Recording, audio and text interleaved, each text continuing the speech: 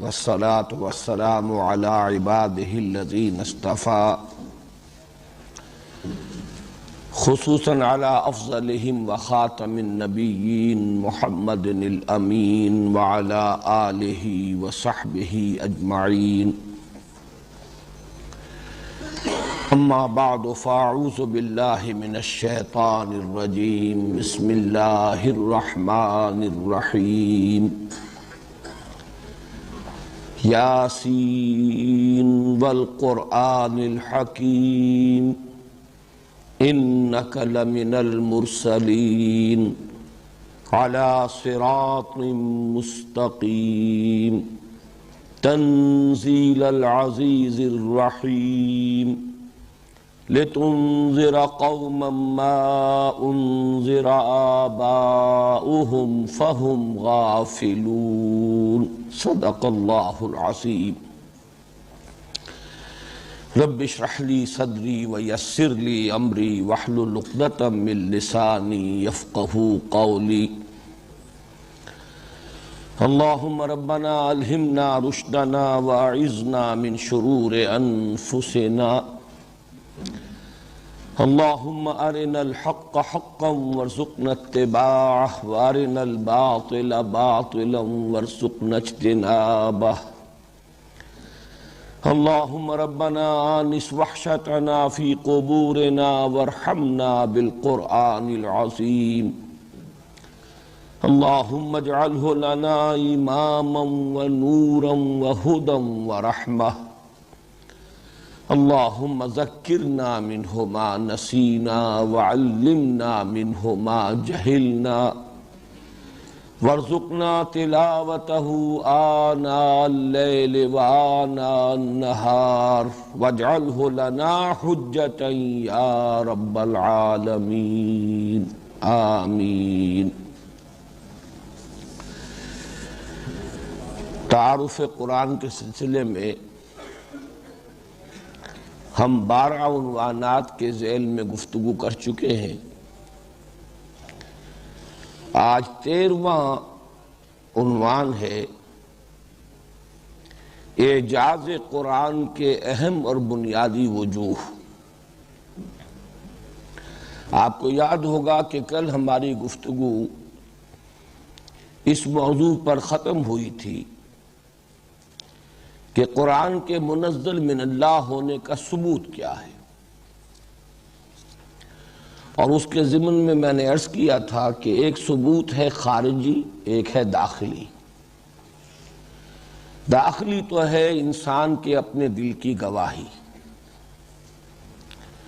تو عرب ہو یا عجم ہو، تیرا لا الہ الا لغت غریب جب تک تیرا دل نہ دے گواہی. روح انسانی اور کلام ربانی، ان دونوں کے مابین بڑی ہم آہنگی ہے، اور کلام ربانی کا نزول ہو اگر قلب پر، جیسے کہ علامہ اقبال نے کہا کہ تیرے ضمیر پہ جب تک نہ ہو نزول کتاب، یہ براہ راست کمیونیکیشن اگر اسٹیبلش ہو جائے، دل پر براہ راست قرآن نازل ہو، تو گویا کہ اس کے ساتھ ایک کامل ہارمنی، ہم آہنگی، وہ روح انسانی جو مکین ہے قلب انسانی کی، وہ محسوس کرتی ہے اور وہاں سے گواہی آتی ہے. البتہ خارجی ثبوت وہ ہے نبی اکرم صلی اللہ علیہ وسلم کی ذات مبارکہ، آپ کی شخصیت مبارکہ. آج وہی بات میں کہہ رہا ہوں ایک دوسرے عنوان سے.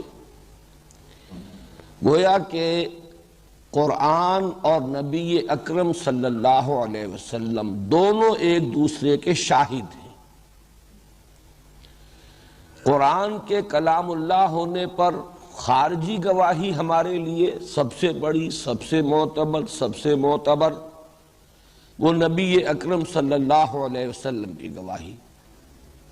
آپ کی سیرت، آپ کا کردار، آپ کی شخصیت، جیسا کہ میں نے کل عرض کیا، آپ کا چہرہ انور، یہ سب گواہ تھے اپنی اپنی جگہ پر.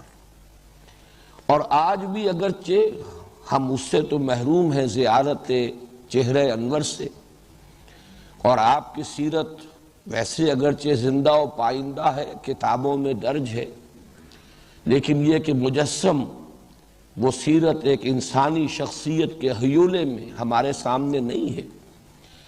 تاہم آپ کا کارنامہ جو زندہ و تابندہ ہے، جس کی گواہی ہر انسان دے رہا ہے، ہر مورخ نے تسلیم کیا ہے، ہر مفکر نے مانا ہے، ایک عظیم انقلاب تھا جو محمد الرسول اللہ صلی اللہ علیہ وسلم نے برپا کیا۔ آپ کی یہ عظمت جو ہے، یہ تو ظاہر بات ہے کہ آج بھی مبرہن ہے، آشکارا ہے، اظہر من الشمس ہے۔ تو گویا کہ قرآن کے منزل من اللہ ہونے اور کلام الہی ہونے پر سب سے بڑی خارجی گواہی نبی اکرم صلی اللہ علیہ وسلم کی، اور نبی اکرم صلی اللہ علیہ وسلم کے نبی اور رسول ہونے کا سب سے بڑا گواہ اور سب سے بڑا شاہد اور سب سے بڑا ثبوت خود قرآن مجید۔ اس اعتبار سے یہ دونوں جس طرح باہم لازم و ملزوم ہے، اس کو ذہن میں رکھنے کے لیے میں قرآن حکیم کے دو مقامات کا حوالہ دینا چاہتا ہوں۔ سورہ بینہ میں فرمایا کہ بینہ اسے کہتے ہیں جو بالکل روشن بات ہو، بالکل روشن حقیقت، جس کو کسی خارجی دلیل کی مزید حاجت نہ ہو، وہ بینہ ہے۔ جیسے ہم خود اپنی گفتگو میں کہتے ہیں، یہ بات بالکل بین ہے، بالکل واضح ہے، اس پر کسی قیل و قال کی حاجت ہی نہیں، بلکہ یہ کہ اگر بینہ پر کوئی دلیل لانے کی کوشش کی جائے تو کسی درجے میں شک و شبہ تو پیدا کیا جا سکتا ہے، اس پر یقین میں اضافہ نہیں کیا جا سکتا۔ تو بینہ کیا ہے؟ سورہ بینہ جو اسی نام سے معنون ہے، لم یکن الذین کفروا من اہل الکتاب والمشرکین منفکین حتی تأتیہم البینہ، اور یہ بینہ کیا ہے؟ رسول من اللہ یتلو صحفا مطہرۃ فیہا کتب قیمہ، ایک رسول اللہ کی جانب سے جو آئے ہیں پڑھتے ہوئے، تلاوت کرتے ہوئے وہ صحیفے کہ جن میں اللہ کی کتابیں درج ہیں، اللہ کی کتاب، اور یہاں سورتوں کو کتاب سے تعبیر کیا گیا، جو قائم و دائم ہیں، ہمیشہ ہمیش رہنے والی ہیں۔ تو گویا کہ رسول کی شخصیت اور اللہ کا یہ کلام جو ان پر نازل ہوا، دونوں مل کر بینہ بنتے ہیں۔ رسول من اللہ یتلو صحفا مطہرۃ فیہا کتب قیمہ، اور جیسے کہ ایک اصول میں نے بارہا عرض کیا ہے کہ قرآن حکیم میں اہم مضامین کم سے کم دو جگہ ضرور آئیں گے، چنانچہ اس کا مثنیٰ، اس کی نظیر موجود ہے سورۃ الطلاق میں۔ آیت نمبر 10 اس کی ختم ہوتی ہے، قد انزل الیکم ذکرا، لوگوں تمہاری طرف ہم نے ذکر نازل کر دیا ہے۔ اور وہ ذکر کیا ہے؟ رسولا یتلو علیکم آیات اللہ مبینات، وہ رسول جو تم پر تلاوت کر رہا ہے، تمہیں پڑھ کر سنا رہا ہے اللہ کی آیات، جو ہر شے کو روشن کر دینے والی ہیں، ہر حقیقت کو مبرہن کر دینے والی ہیں۔ آیات بینات کی بجائے آیات مبینات، یہ مبینات ہیں، ہر شے کو روشن۔ بین وہ ہے جو خود روشن ہو، اور مبین وہ ہے جو دوسروں کو روشن کر دے، حقائق کو اجاگر کر دے۔ تو یہاں پر بھی ذکر کی تعبیر کی گئی، رسولا یتلو علیکم آیات اللہ مبینات، وہ رسول صلی اللہ علیہ وسلم جو پڑھ کر سنا رہے ہیں تمہیں اللہ کی وہ آیات جو تمام حقائق کو اجاگر کرنے والی ہیں، روشن کرنے والی ہیں۔ تو معلوم ہوا کہ یہ دونوں لازم و ملزوم، بلکہ یہ کہا جا سکتا ہے کہ رسول اور وہ اللہ کا کلام جو ان پر نازل ہوا مل کر در حقیقت ایک وحدت معنوی کی شکل اختیار کر لیتے ہیں۔ اب آئیے اس بات کی طرف کہ نبی اکرم صلی اللہ علیہ وسلم کی رسالت کا اصل ثبوت یا بالفاظ دیگر آپ کا اصل معجزہ قرآن حکیم ہے۔ اس بات کے سمجھنے کے لیے ذرا چند مقدمات کی ضرورت ہوگی۔ معجزہ ہمارے ہاں لفظ بہت عام ہو گیا ہے، ہر خرق عادت کو معجزہ شمار کر لیا جاتا ہے۔ لفظی معنی معجزے کے ہیں عاجز کر دینے والی شے، عاجز کر دینے والی بات، معجزہ۔ یہ لفظ قرآن مجید میں اس مادے سے عجز، عین، جیم اور زال سے بہت سے الفاظ آئے ہیں، لیکن یہ ہے کہ ان سب کا جو ایک ہمارے ہاں اصطلاح کے طور پر جو اس لفظ کا استعمال ہے، اس معنی میں قرآن حکیم میں یہ لفظ مستعمل نہیں ہے، بلکہ جو بھی رسولوں کو اللہ تعالیٰ نے معجزات دیے انہیں بھی آیات ہی کہا گیا ہے۔ اللہ تعالیٰ کی آیات لے کر وہ آئے، اللہ کی نشانیاں لے کر آئے۔ اس اعتبار سے لفظ معجزہ جس معنی میں ہم استعمال کرتے ہیں اس معنی میں قرآن مجید میں مستعمل نہیں۔ البتہ یہ کہ خرق عادت سے مراد کیا ہے؟ جو ہمارا قانون طبعی ہے اس دنیا میں، جس کے مطابق یہ دنیا چل رہی ہے، وہ ٹوٹ جائے، اس کے ٹوٹ کر اللہ تعالیٰ کی کوئی مشیت خصوصی ظاہر ہو۔ قانون تو یہ ہے کہ پانی اپنی سطح ہموار رکھتا ہے، واٹر کیپس اٹس سرفیس، یہ قانون ہے۔ لیکن حضرت موسیٰ علیہ السلام نے عصا کی ضرب لگائی اور اس سے سمندر پھٹ گیا۔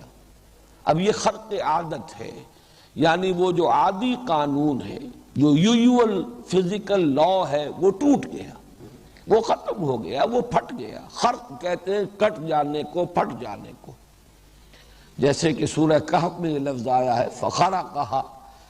حضرت موسیٰ علیہ السلام اور وہ بزرگ جن کے پاس اللہ نے انہیں جانے کی ہدایت کی تھی، جن کو عام طور پر خضر علیہ السلام کے نام سے موسوم کیا جاتا ہے، قرآن میں یہ نام نہیں ہے ان کا جو سفر ہے اس میں پہلا واقعہ یہی ہوا کہ کشتی میں سوار ہوئے، حتیٰ اذا رکبا فی السفینۃ خرقھا، انہوں نے توڑ دیا اس کو، اس کا ایک تختہ اکھاڑ دیا، یہ خرق ہے۔ تو جب بھی قانون طبعی ٹوٹے گا یہ خرق عادت ہے۔ تو خرق عادت انبیاء کے ساتھ بھی ہوتا ہے، اللہ تعالیٰ ان کے ذریعے سے بہت سے قوانین قدرت کو توڑ کر اپنی خصوصی مشیت، اپنی قدرت خصوصی کا اظہار فرماتا ہے۔ اور یہ بات ہمارے ہاں مسلم ہے کہ اللہ تعالیٰ یہ صرف انبیاء کے ساتھ نہیں ہے معاملہ خاص، بلکہ اللہ تعالیٰ اپنے نیک بندوں میں سے، اولیاء اللہ میں سے جس کے ساتھ چاہے ایسا معاملہ کرے۔ صرف یہ ہے کہ ہم اصطلاحاً انہیں کرامات کہتے ہیں، کرامات اولیاء، لیکن یہ کہ خرق عادت ہو یا کرامات ہو، یہ اپنی جگہ پر ایک مستقل مضمون ہے۔ معجزہ بھی خرق عادت تو ہوتا ہے، لیکن معجزہ کسی رسول کا وہ ہوتا ہے جو دعوے کے ساتھ پیش کیا جائے اور جس میں تحدی بھی موجود ہو، جس سے ثبوت کے طور پر رسول خود پیش کرے یہ میری رسالت کا ثبوت ہے، پھر اس میں مقابلے کا چیلنج دیا جائے۔ جیسے کہ حضرت موسیٰ علیہ السلام کو اللہ تعالیٰ نے جو معجزے عطا کیے ان میں وہ آپ کا ید بیضہ اور عصا، یہ اصل معجزے ہیں آپ کے۔ ویسے آیات قرآن مجید میں سورہ بنی اسرائیل میں ہے وَلَقَدْ آتَيْنَا مُوسَىٰ 9 آیات بینات، اور یہ تو ابھی اس وقت تک ہے جبکہ ابھی آپ مصر کے اندر تھے، پھر مصر سے جب باہر نکلے ہیں تو اب جو اس عصا کی کرامات ظاہر ہوئی ہیں، سمندر پھٹا اس کی ضرب سے، چٹان شق ہوئی اس کی ضرب سے جس سے کہ 12 چشمے پھوٹ بہے، یہ تمام چیزیں خرق عادت ہیں۔ لیکن اصل معجزے جو تھے جن پر کہ چیلنج تھا، جنہیں کہ حضرت موسیٰ علیہ السلام نے دعوے کے ساتھ پیش کیا، یہ میری رسالت کا ثبوت ہے۔ جیسے ہی فرعون کے دربار میں آپ پہنچے ہیں اور آپ نے اپنی رسالت کی دعوت پیش کی ہے اور اس پر اس نے دلیل مانگی ہے، بلکہ یہ کہ خود حضرت موسیٰ نے فرمایا کہ میں اس کے لیے سند بھی لے کر آیا ہوں، سلطان مبین، ایک سند، ایک ثبوت، کھلا ثبوت، اور اس نے کہا کہ لاؤ پیش کرو۔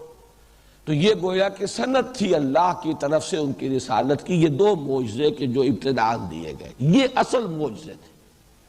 لہذا اس میں تحدی بھی تھی، مقابلہ بھی ہوا، پہچان بھی لیا جادوگروں نے کہ یہ معجزہ ہے، یہ جادو نہیں ہے۔ بلکہ یہ بات بھی نوٹ کر لیجئے کہ معجزہ جس میدان کا ہوتا ہے، اس میدان کے جو ماہر، اس فن کے جو ماہر ہوتے ہیں وہی پہچان سکتے ہیں، ورنہ عام آدمی جو ہے، جب مقابلہ ہوا ہے جادوگروں کے اور حضرت موسیٰ کے مابین، تو عام دیکھنے والوں نے تو یہی سمجھا ہوگا کہ یہ بڑا جادوگر ہے، یہ چھوٹے جادوگر ثابت ہوا۔